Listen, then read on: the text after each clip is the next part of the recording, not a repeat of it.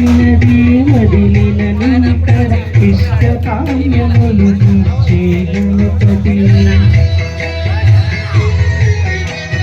కరుణను పరములను సరుచు నిరతము తిరిగి మహాకృతి సకల చరాచర ప్రపంచమే సుముఖి చేసే విఘ్నపతి ఈ గుడిలో చేసే సత్య ప్రమాణ ధర్మదేవతకు నిలుపుట